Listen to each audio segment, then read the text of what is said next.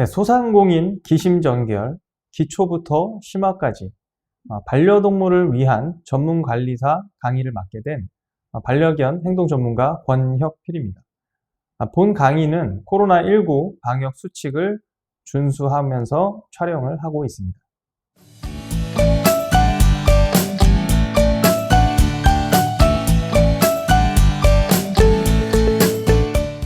자, 이번 시간의 목차는 크게 4가지입니다. 첫 번째로 건강관리, 그리고 두 번째로는 시설관리, 세 번째로는 고객관리, 마지막 4번째로는 응급상황 대처가 되겠습니다. 자, 그럼 반려동물 건강관리부터 한번 살펴보도록 하겠습니다. 반려동물의 위탁관리에서 가장 중요한 것은 바로 위탁 반려동물의 건강관리겠죠. 일정한 양식을 통해서 건강 상태를 매일매일 기록할 수 있어야 하면서 우리가 손쉽게 육안으로 할 수 있는 체크사항들도 알아두어야 하겠습니다. 일단 우리가 육안으로 반려견의 건강 상태를 확인할 수 있는 가장 손쉬운 방법이 바로 이 대소변의 상태가 양호한지 살펴보는 건데, 사진의 왼쪽에 보면 변 상태가 양호하죠. 근데 오른쪽에 보면 변 상태가 좀 불량하죠. 그래서 저런 변 상태를 보인다면 어떤 건강에 이상 신호가 있다는 건 여러분들도 알 수 있을 겁니다.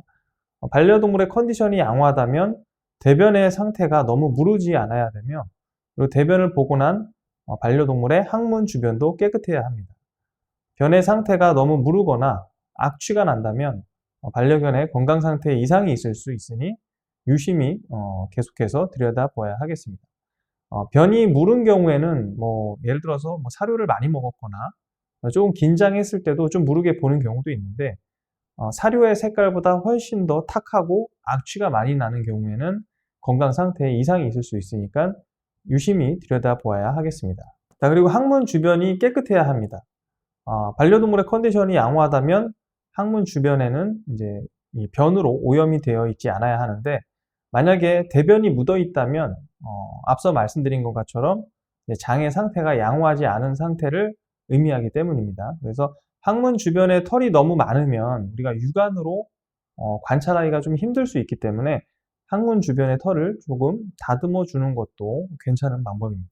자, 그리고 우리가 대변 상태뿐만 아니라 아주 손쉽게 확인할 수 있는 방법이 바로 반려동물의 코 상태인데요. 반려동물, 주로 이제 개의 경우에는 컨디션이 양호한 경우에는 이제 코가 메마르지 않고 촉촉해야겠죠.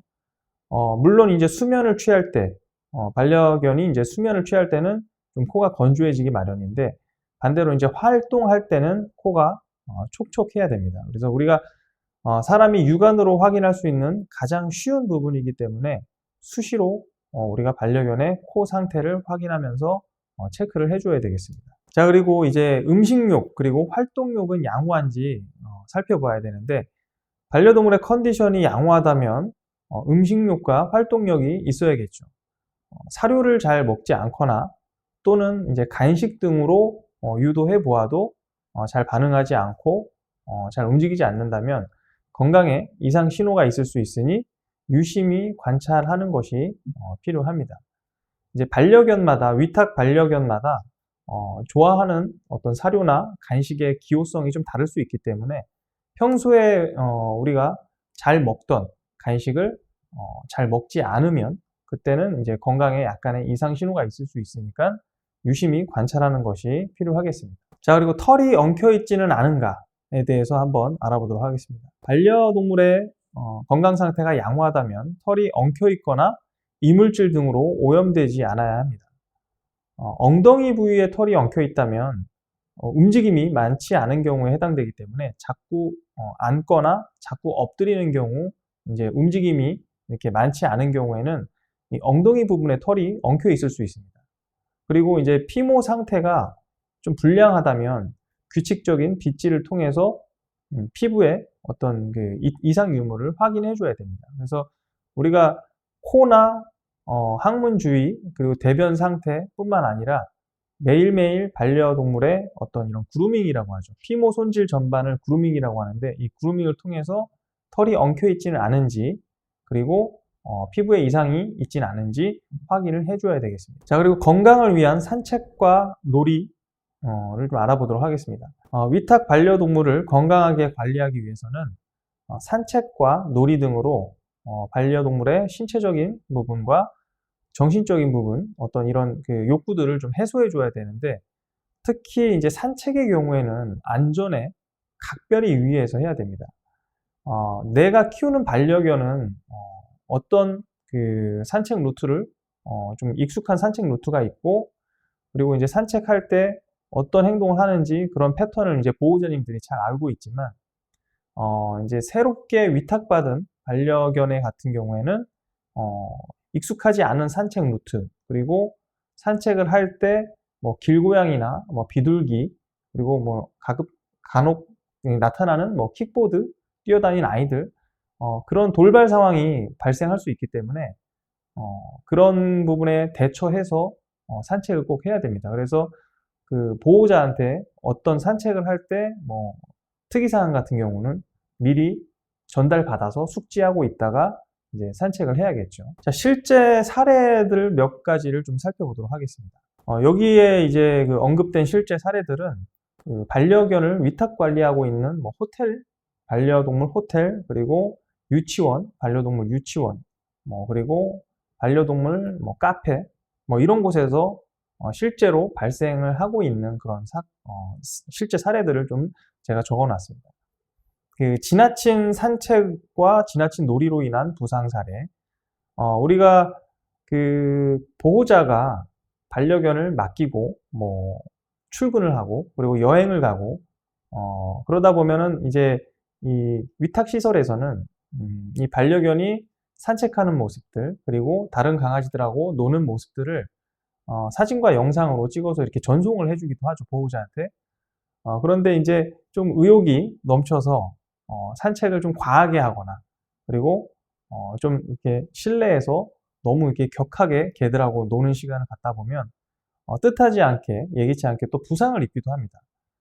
이렇게 여름철 같은 경우에는 이제 발바닥 패드 부분에 좀 손상이 있을 수가 있고, 그리고 실내에서도 다른 강아지들하고 너무 이렇게 격하게 놀다 보면 나중에 이제 집에 돌아가서 뭐 다리를 좀 절거나 살짝 다리를 드는 경우도 있는데, 그런 경우에 오히려 보호자들한테 이제 컴플레인을 받는 경우도 있어요.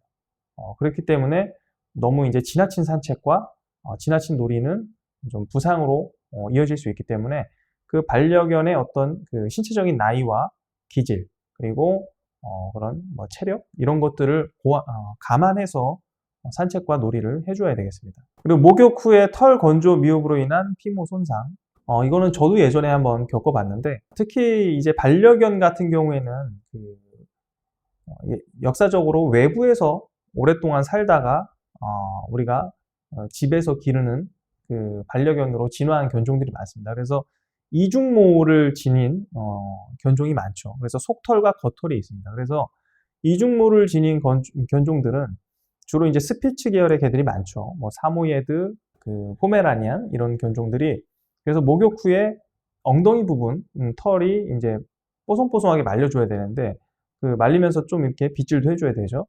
그런 부분의 털 건조 미흡으로 인해서 나중에 자꾸 이 털이 엉키다 보면 나중에 피모가 손상이 오기도 합니다. 그리고 피부가 찢어지기도 하고요. 그래서 그런 부분에 있어서는 주의를 해줘야겠습니다.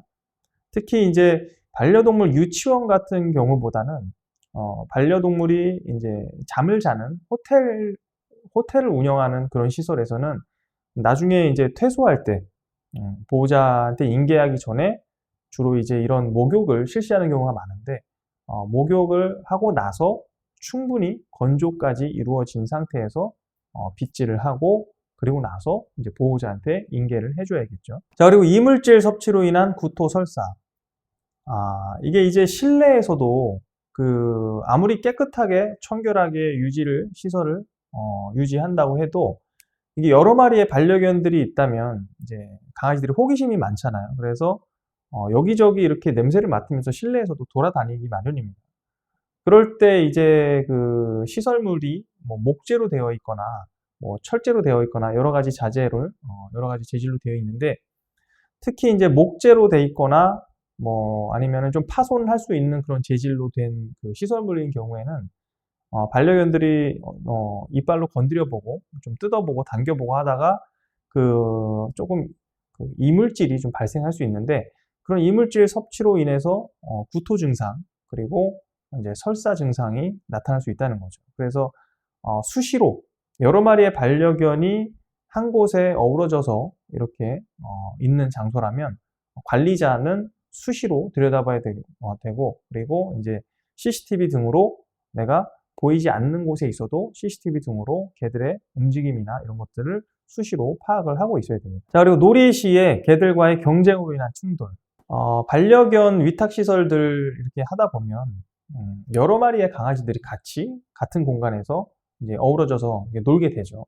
그러다 보면은 이제 뭐 장난감 공 같은 거를 가지고 교육을 하기도 하고, 그리고 이제 간식 같은 걸 가지고 교육을 하기도 하는데, 이제 개들마다 기질이 다 다르잖아요. 좀 순종적이고 우호적이고 그런 기질을 가진 개도 있지만, 다소 조금 이렇게 경쟁 심리가 강하고, 좀 투쟁적이고, 그리고 뭐든지 먼저 하려고 하고, 우리 사람처럼 강아지들도 그런 기질을 가진 개체들이 있습니다. 그래서 그럴 때 이제 개들 간의 어떤 과도한 경쟁으로 물리적인 충돌이라고 하면 이제 개들끼리 왕왕거리면서 싸우는 상태를 이야기하겠죠.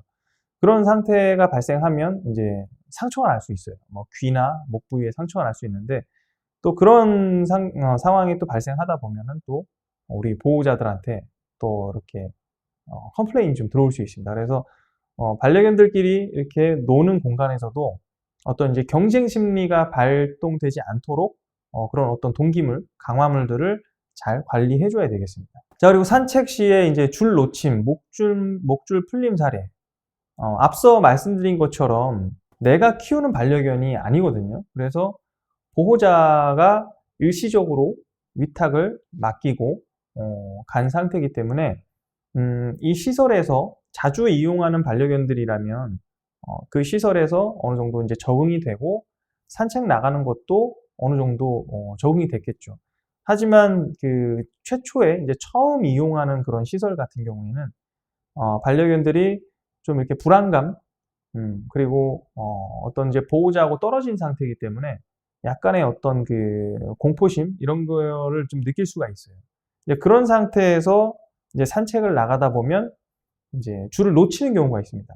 갑자기, 그리고 또 오토바이가 지나간다거나 갑자기 이제 어떤 뭐 공사장에서 어떤 큰 소음이 났을 때 걔들이 놀래서 화들짝 이제 도망갈 수가 있는데, 그럴 때 이제 줄이 풀려버린다던가 그러면 정말 난감하죠. 그런 상황이 발생하면 정말 개와 반려견과 그리고 이제 산책을 나온 그 시설 관리자하고 좀 강한 유대 관계를 형성한 상태가 아니기 때문에, 그런 상태에서 그 위탁 반려견을 놓친다면 정말 잡기가 어렵습니다. 그래서 그런 부분이 정말 정말 중요하다고 할 수 있겠습니다.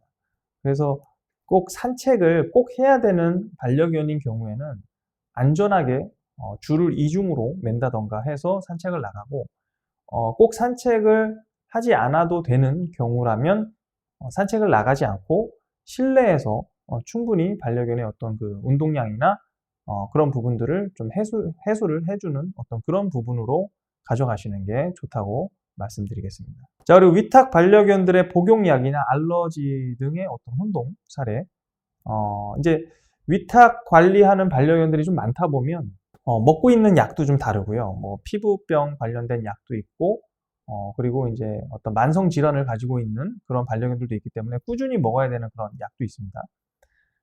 그렇기 때문에, 그리고 또 강아지들마다 뭐 사료 그리고 간식마다 어떤 이런 알러지 증상들이 있어요. 그래서 한두 마리만 관리하게 되면 편하지만 정말 뭐 5마리 이상, 뭐 많게는 10마리 이상 그렇게 다수의 개들을 관리하다 보면 정말 어떤 강아지의 약인지 헷갈릴 때가 있습니다. 그래서 그런 부분은 위탁 관리 시설에서 관리자들이 충분히 헷갈리지 않도록 분리를 해놓고, 그리고 몇 시에 어떤 반려견이 어떤 약을 복용해야 되는지 화이트보드 같은 거를, 큰 화이트보드 같은 거를 이제 설치해 놓고 거기에 이제 체크해 가면서 이제 다른 직원들도 충분히 그게 인수인계가 되도록 그렇게 하는 게 가장 현명한 방법이 될 수 있습니다. 자, 그리고 이제 노령 반려동물의 특발성 증상.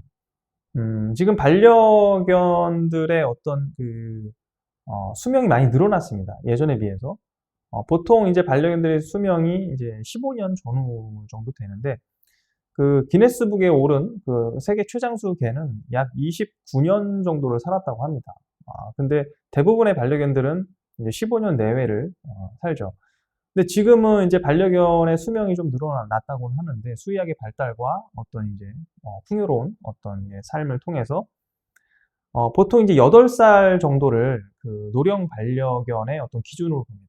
근데 지금은 7살, 8살, 9살 그런 나이대의 견들이 참 많아요. 그래서 그런 이제 견들도 있지만 10살이 넘은 노령 반려견도 가끔 이렇게 위탁관리 시설에 이용을 하게 되는데, 그런 이제 노령 반려견들 같은 경우에는 다른 개들하고 어우러져서 놀 때도 상당히 좀 이렇게 많이 스트레스를 받을 수 있어요. 왜냐하면 신체적으로 많이 노쇠했기 때문에 막 이렇게 어린 개들이 다가와서 막 뛰어다니고 다가와서 놀자고 막 부대끼면 막 신경질적으로 좀 화도 내고, 그리고 좀 스트레스를 많이 받다 보면 건강에도 좀 악화가 될 수 있기 때문에, 노령 반려견 같은 경우에는 좀 어린 반려견들하고 따로 공간을 구분해서 관리하는 것이 좋습니다. 체급에 따라서 대형, 중형, 소형에 따라서 나누는 게 아니라, 이런 경우에는 나이대 그리고 기질에 따라서 구분을 해주는 게 좋다고 저는 말씀드리고 싶고, 그리고 이제 노령 반려견 같은 경우에는 이제 밤에 이제 재우는 상황이 발생했을 때 정말 각별히 주의를 해야 됩니다.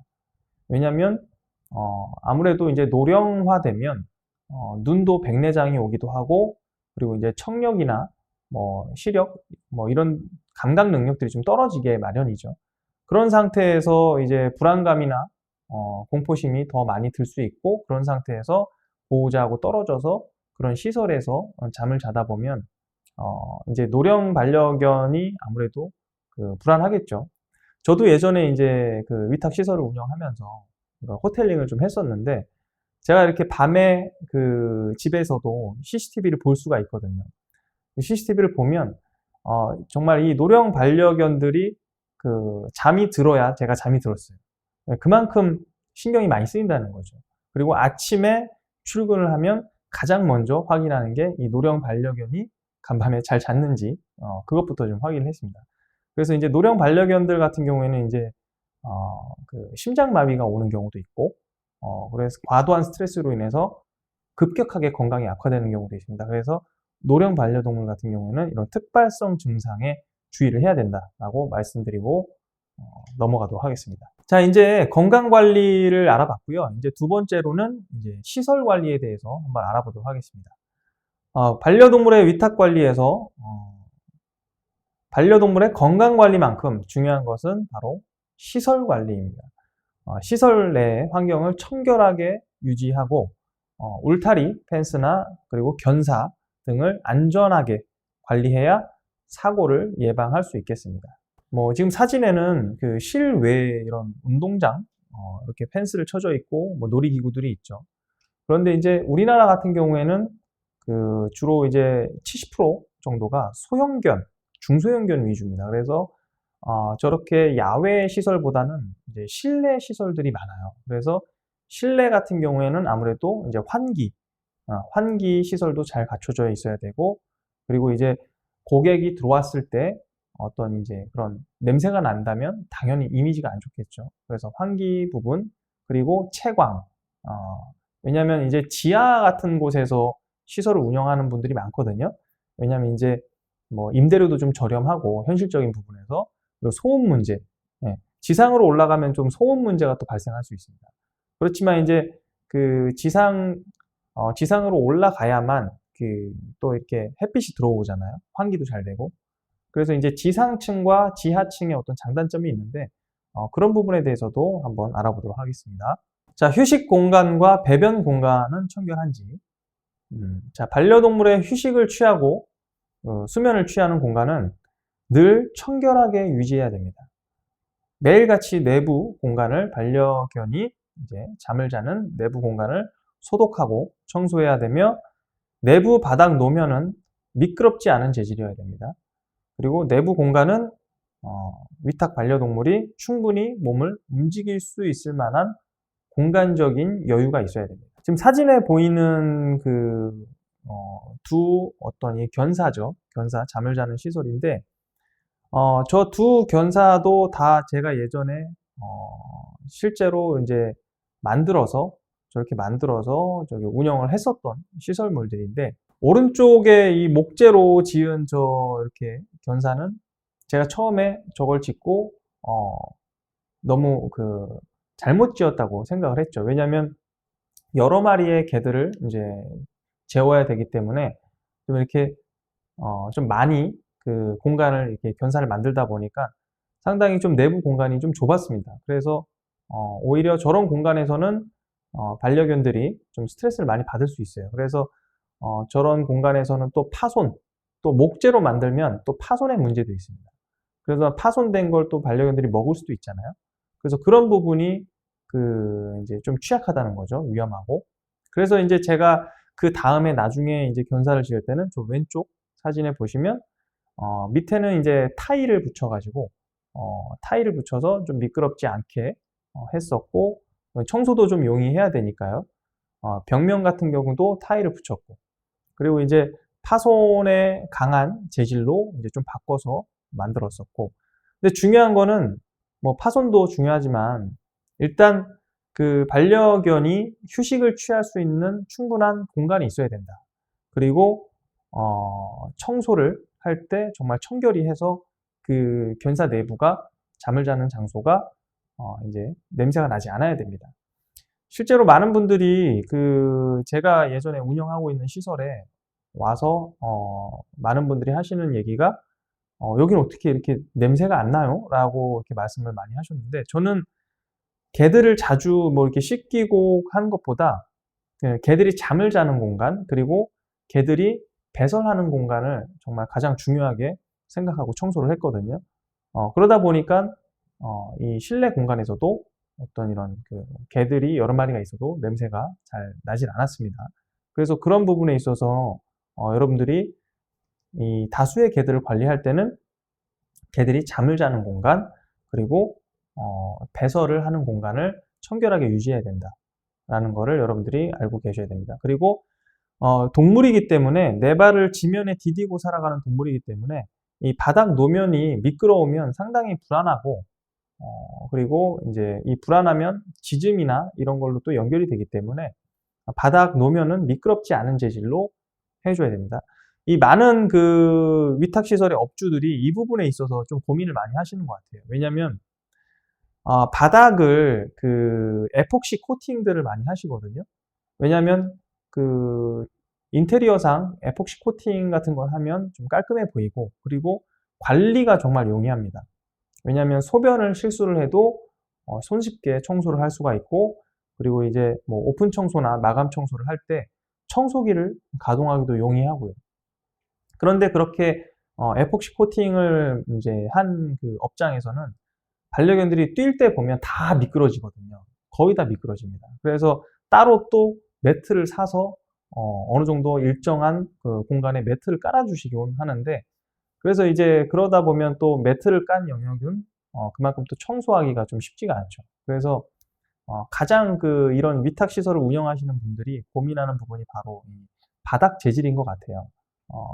만약에 창업을 준비하고 계신 분들이 계시다면 어느 부분에서는 어느 공간에서는 그렇게 바닥 노면을 어떤 재질로 할 건지, 그리고 어느 부분에서는 어떤 재질로 할 건지, 그런 걸 한번 고려해 보시고, 특히 반려견이 잠을 청하는 장소만큼은 절대 미끄러운 재질로 하면 안 된다는 거 여러분들이 알고 있었으면 좋겠습니다.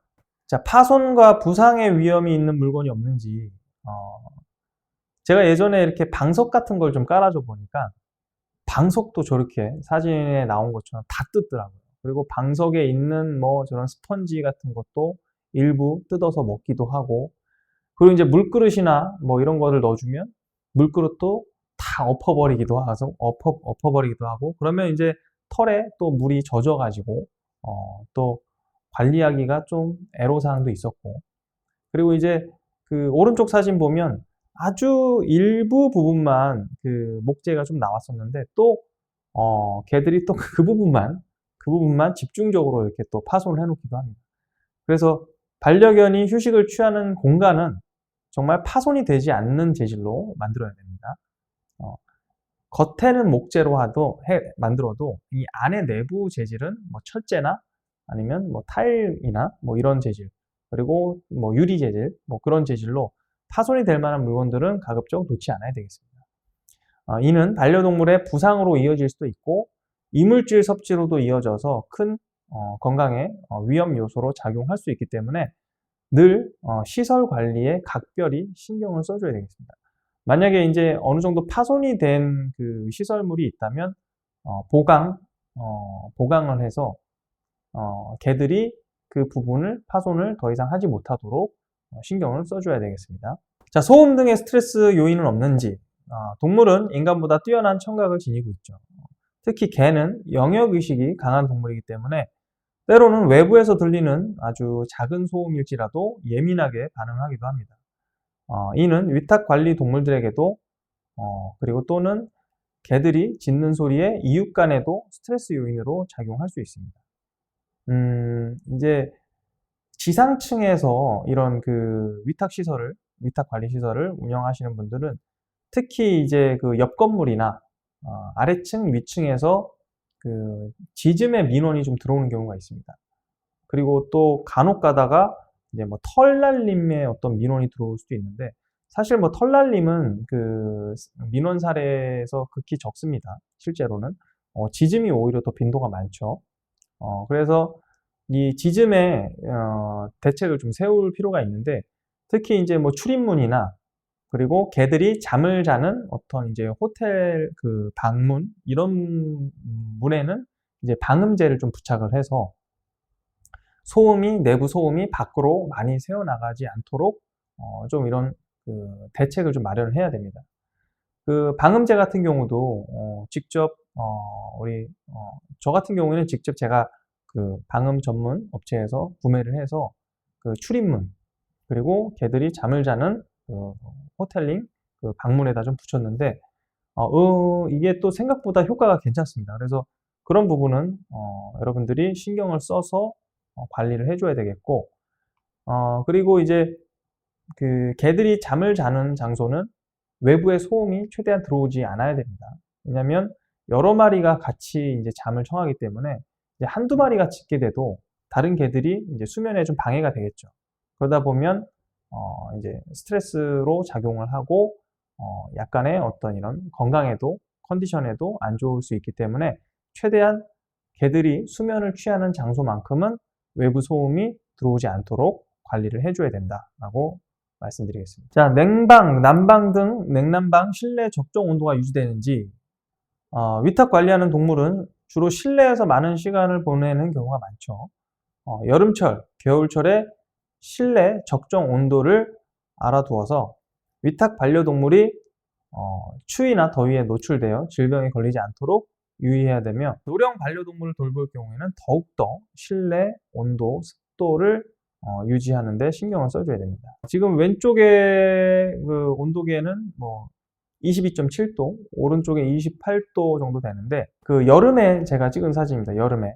왼쪽에 있는 거는 이제 제가 운영하고 있는 시설에 찍은 거고, 오른쪽에는 타 시설에서 찍은 건데, 이제 여름 같은 경우에는 그 실내 적정 온도가 한 26도 정도 되죠. 그죠? 사람의 경우에는 여름엔.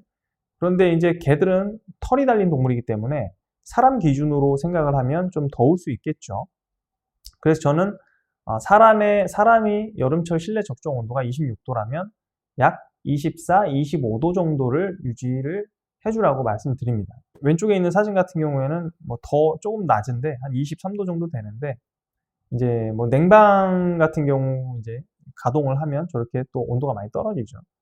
여러분들도 아시겠지만 개들이 가장 컨디션이 좋을 때가 이제 가을 그리고 겨울 뭐 이렇게 좀 선선할 때입니다. 그만큼 외부 온도가 좀 선선하고 시원할 때, 그럴 때 이제 개들의 어떤 활동량도 많고 컨디션이 좋기 때문에 너무 이제 더위에 많이 이렇게 노출되다 보면 아무래도 이제 의욕도 저하되고 식욕이나 활동력도 저하되기 때문에 건강 악화로 이어질 수 있습니다. 그래서 그 실내 온도와 습도는 주기적으로 체크를 해줘야 됩니다.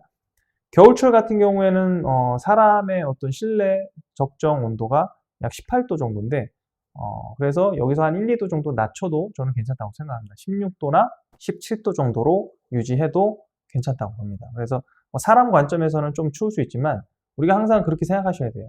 우리가 관리하는 게 사람이고 결국 우리가 관리하는 동물은 주로 이제 개죠. 그래서 강아지죠.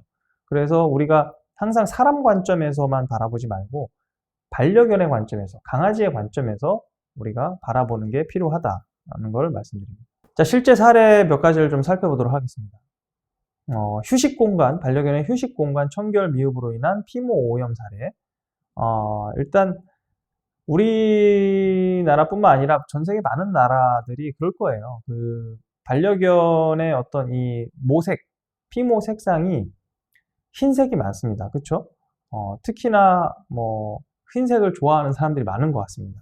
그래서 뭐 포메라니안, 말티즈 뭐 이런 강아지들이 비숑 프리제 주로 이제 하얀색 모색을 가진 강아지들이 많은데 반려견의 휴식 공간의 어떤 이제 그 청결 미흡으로 인해서 뭐 예를 들어 몇 박 며칠 동안 호텔링을 맡긴다 하면 강아지들이 거기서 이제 먹고 자고 하면서 아무래도 이제 집이 아니잖아요.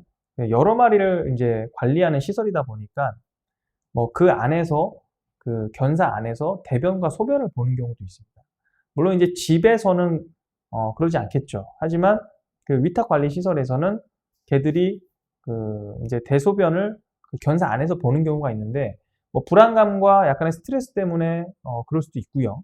긴장이 돼서 소변이나 대변을 실수할 수도 있고 아니면 이제 그런 공간이 주는 그 환경적인 부분 때문에 생리적인 반응이 나타났을 때 그 안에서 또 싸는 경우도 있고 그러다 보면 이제 피모가 이제 대소변으로 약간 이제 묻겠죠. 그러면 목욕을 시켜도 조금 이렇게 아무래도 그 처음에 입소했을 때보다는 조금 색이 좀 변질될 수 있습니다. 그래서 피모가 오염되지 않도록 정말 흰색 피모를 가진 견종들은 관리에 더욱더 신경을 써줘야 됩니다.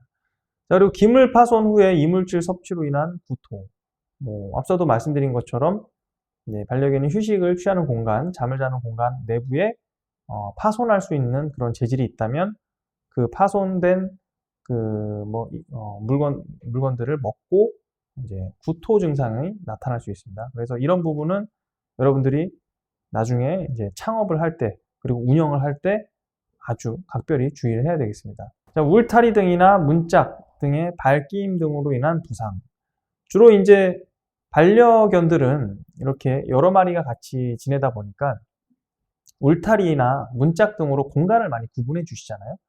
그런데 이제 울타리를 이제 뛰어넘으려고 시도하는 이런 반려견들도 있고 탈출을 시도하는 경우도 있습니다. 그럴 때는 이제 발이 끼어서 부상으로 이어질 수 있는데 실제로 여기 나온 이 실제 사례들은 다 거의 대부분 제가 겪었던 사례들을 제가 좀 이렇게 적어놨는데 실제로 이제 우리가 동물을 위탁 관리하는 거기 때문에 정말 우리가 예측하기 어려운 돌발 상황들이 많이 발생할 수 있습니다. 그래서 울타리나 문짝 등의 발이 끼임 이런 사례들도 발생할 수 있기 때문에 그런 부분도 여러분들이 주의 깊게 살펴봐야 되겠습니다. 그리고 환기 불량으로 인한 실내 공간의 냄새.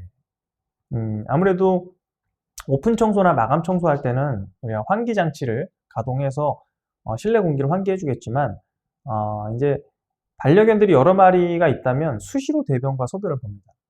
소변 같은 경우에는 그렇게 이제 냄새가 많이 나지 않지만 대변을 보는 경우에는 일시적으로 또 냄새가 나기도 해요. 그렇기 때문에 수시로 환기 장치를 가동을 해서 실내 환기를 잘 해줘야 되겠습니다. 방음 대책 미흡으로 인한 스트레스 발생. 앞서도 말씀드린 것처럼 개들이 쉬는 공간, 잠을 자는 공간은 그 외부에서 소음이 들어오지 않도록 최대한 방음 대책을 세워서 시설을 운영을 해줘야 되겠습니다. 더위나 추위 등 적정 실내 온도 유지 미흡으로 인한 건강 이상, 식욕 및 활동량 저하. 실내 온도와 습도를 잘 유지해 주어서 반려견의 어떤 건강에 이상이 오지 않도록 관리를 해줘야 되겠습니다. 자, 이제 세 번째로 반려동물의 이제 고객 관리를 한번 알아보도록 하겠습니다. 반려동물의 위탁 관리 기간 동안 사고 없이 보호자에게 인계하는 것도 중요하지만 고객 서비스 관리를 통해 차후에도 지속적인 고객으로 만드는 것 또한 동물 위탁 관리업을 유지하는 관건이 되겠습니다. 자, 위탁 반려동물의 관리 일지 기록을 해야겠죠.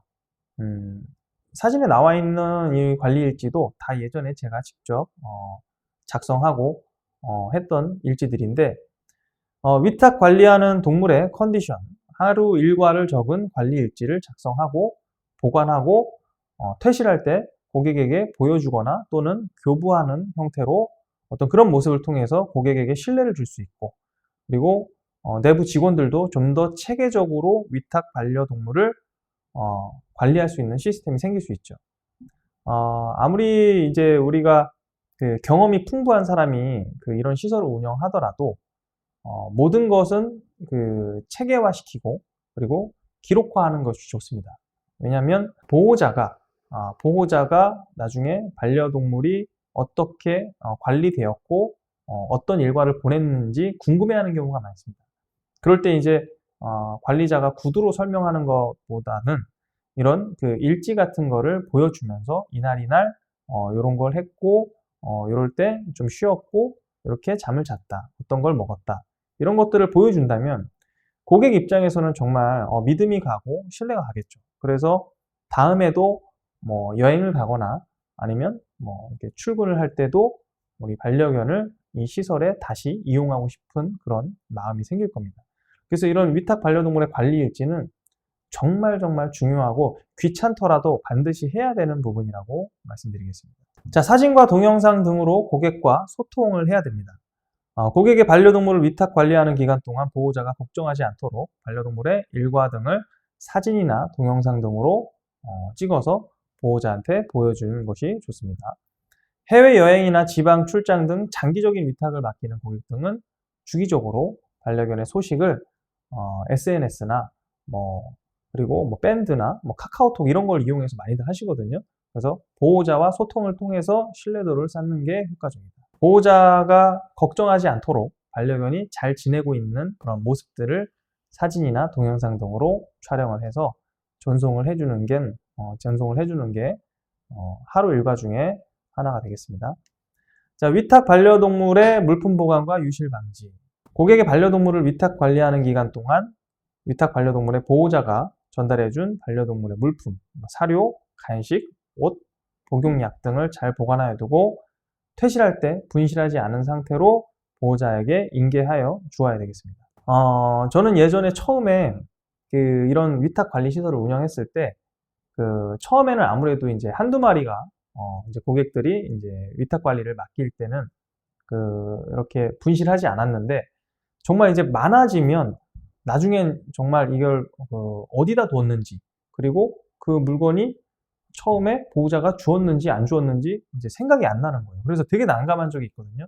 그래서 나중에는 이제 제가 큰 투명한 비닐에 이제 보호자님들이 처음에 입실할 때 전달해준 반려견의 옷이나 복용약이나 간식이나 그런 어떤 물품들을 그 안에 다 담아서 이제 매직으로 강아지 이름과 이렇게 다 써놨죠.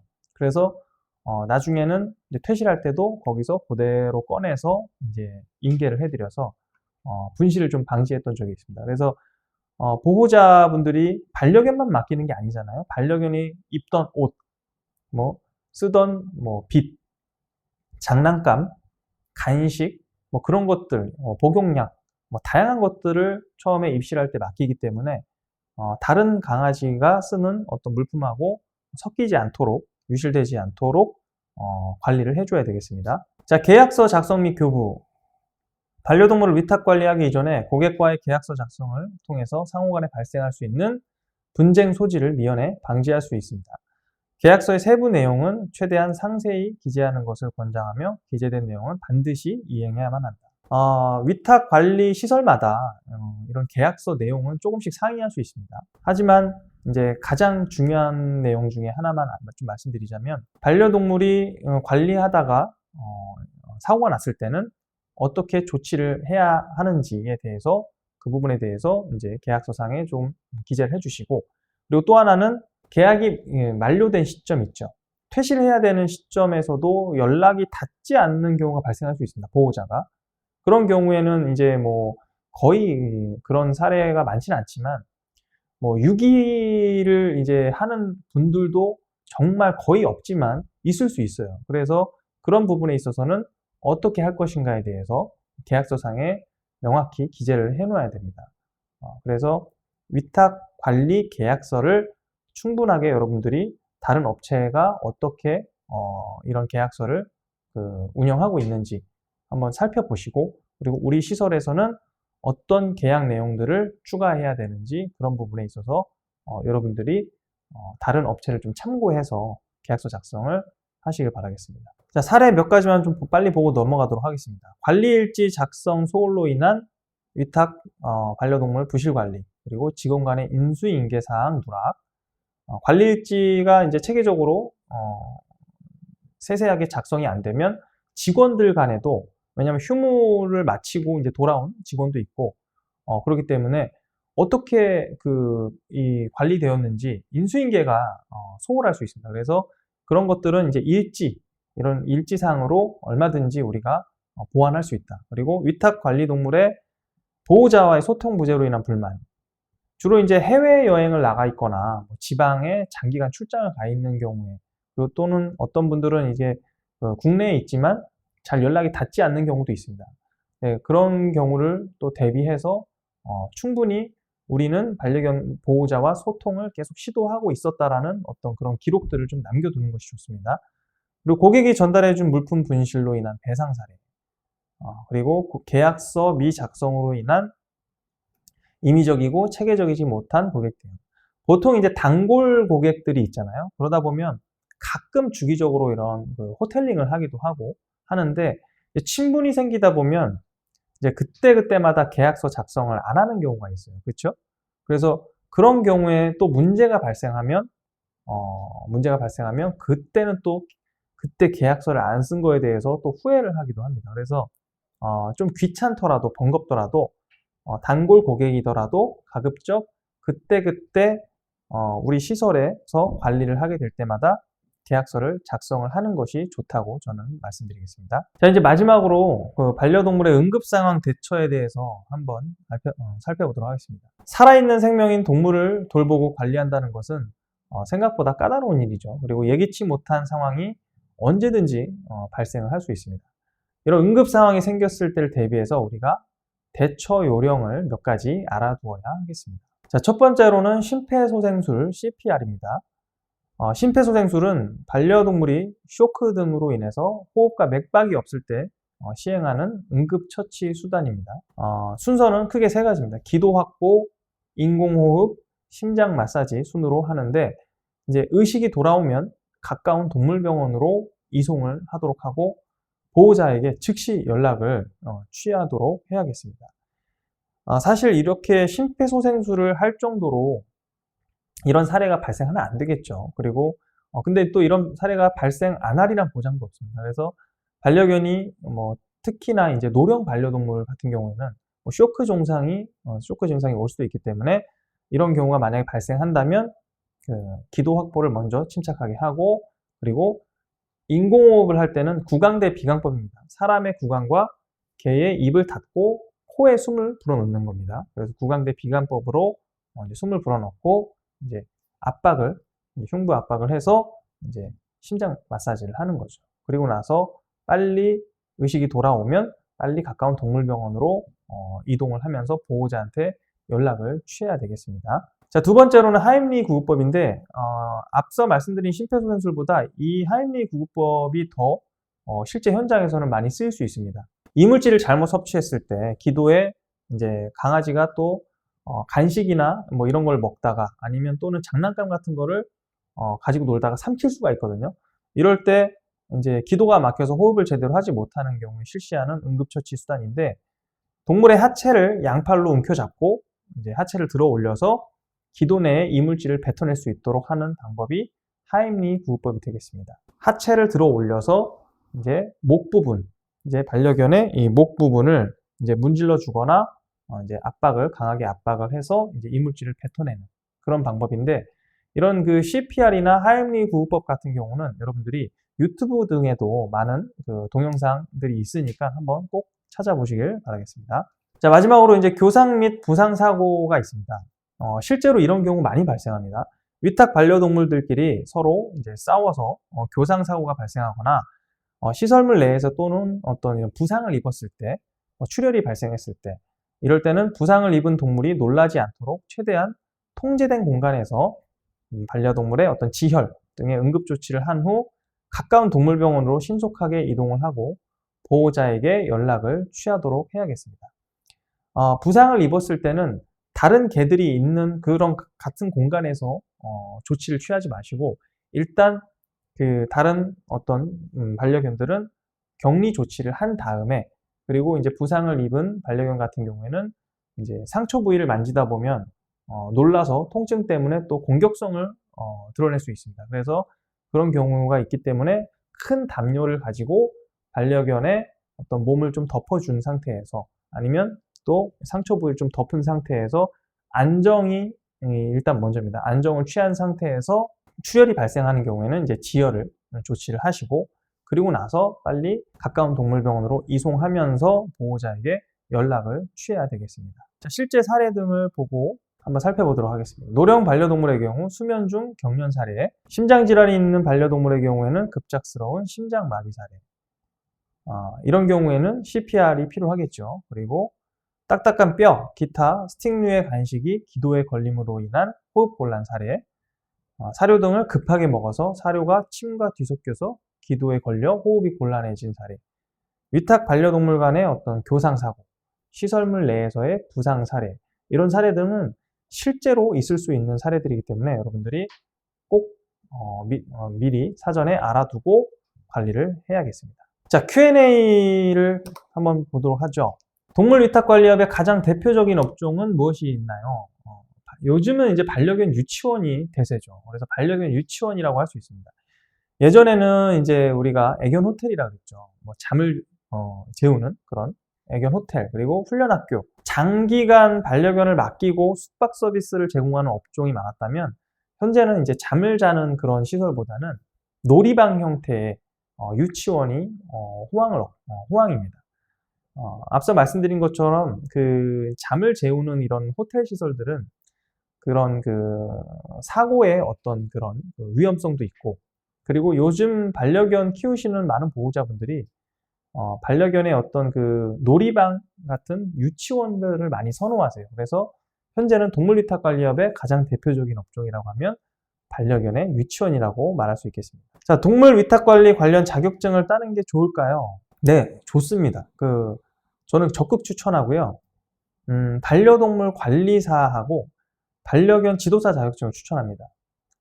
근데 이런 자격증을 여러분들이 가급적이면 오프라인 교육이 있는 기관에서 취득을 하는 걸 저는 권장합니다.